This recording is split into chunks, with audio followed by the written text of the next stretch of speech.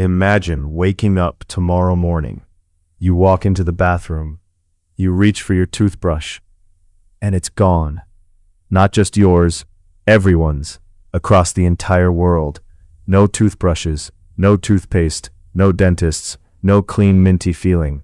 Within weeks, millions of people would be walking around with swollen gums, infected teeth, and breath so foul it would be impossible to ignore. Think about that for a second. This small plastic stick sitting quietly beside your sink feels insignificant.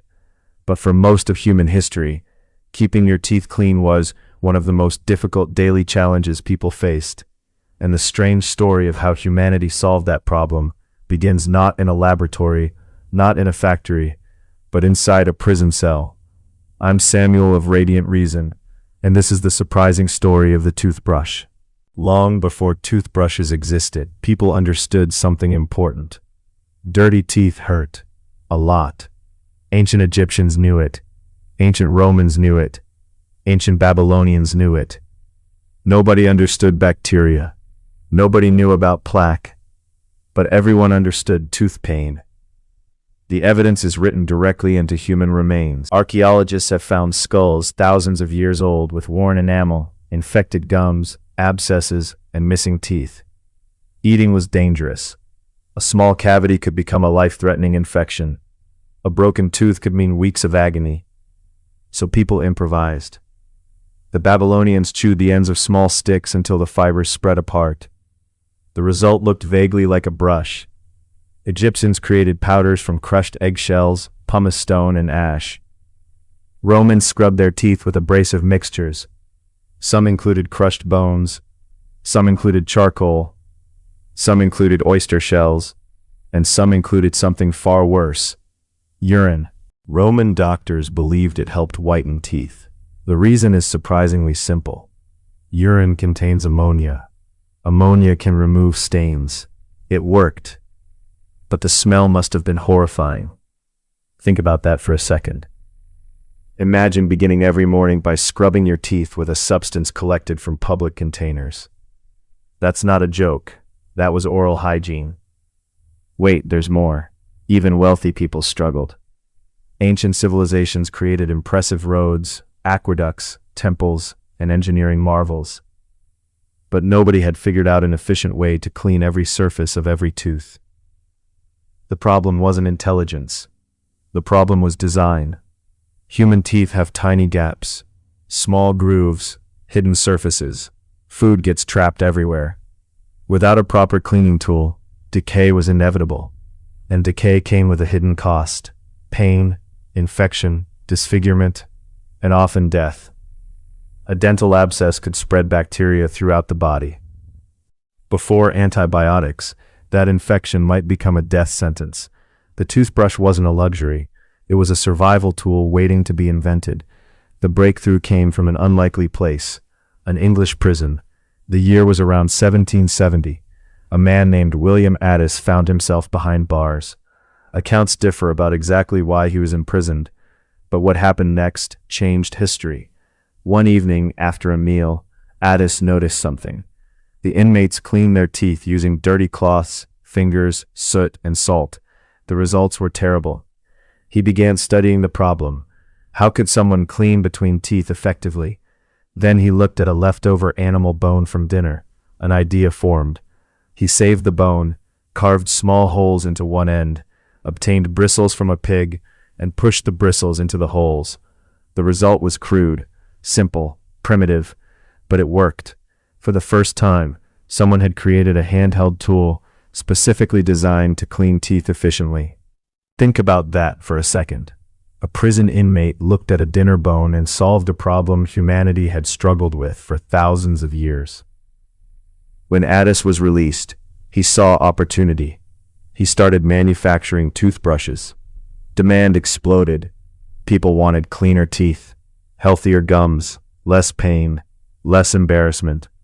His business grew rapidly and eventually became one of the world's first toothbrush manufacturers. But history often forgets people like Addis. We remember kings, generals, inventors of giant machines. Yet a prisoner with a bone transformed daily life for billions. Wait, there's more. The early toothbrushes were far from perfect. Animal bristles absorbed moisture. They collected bacteria. They smelled terrible over time. The bristles often fell out. Sometimes they were painfully stiff. Users could actually injure their gums. The solution worked, but it introduced new problems, and those problems would take another century to solve. Here's the fascinating part. Toothbrushes aren't cleaning your teeth because they're strong.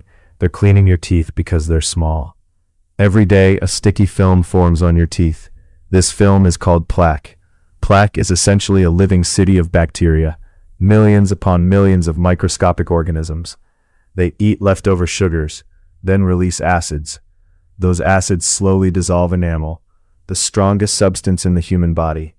Think about that. Tiny organisms slowly destroying something harder than bone. The genius of the toothbrush is mechanical disruption. The bristles reach into tiny spaces. They break apart bacterial colonies. They remove food particles before bacteria can feed on them. Simple, effective, life-changing. And humanity was only beginning to understand the science. If you've made it this far, you're clearly the kind of person who finds this stuff fascinating. You're exactly the kind of person this channel was made for. Hit subscribe, because every ordinary object around you has a hidden story most people never hear. But here's the part history quietly buried. The toothbrush didn't conquer the world because people suddenly cared about dental health. It spread because governments, industries, and armies forced entire populations to change their habits. And the reason why reveals something surprising about modern life. By the 19th century, toothbrushes existed. But most people still didn't use them regularly. Many couldn't afford them.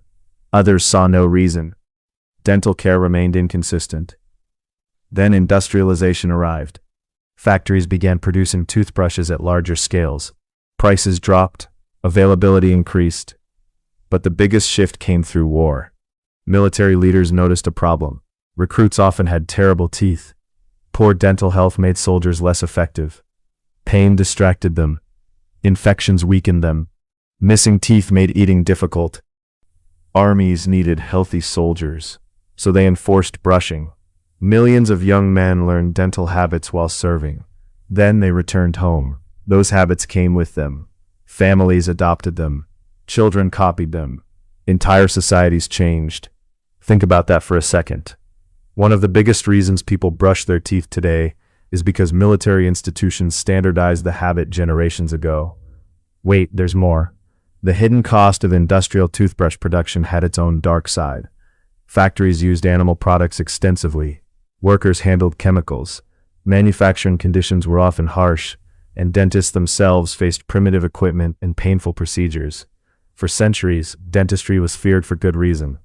Without anesthesia, even routine treatment could be terrifying. The smell of antiseptics, the sound of crude drills, the anticipation of pain. Dental care was improving, but the road there was not pleasant. Everything changed in 1938. Scientists developed nylon bristles. Suddenly, toothbrushes became cleaner, more durable, more consistent, more hygienic. Animal hair began disappearing from production. Plastic transformed the industry. Mass manufacturing accelerated. The modern toothbrush had arrived. And from there, adoption became nearly universal. A tool born from sticks, bones, pig bristles, and prison ingenuity evolved into something found in nearly every household on Earth. Today, most people spend only a few seconds thinking about their toothbrush. It's invisible through sheer familiarity.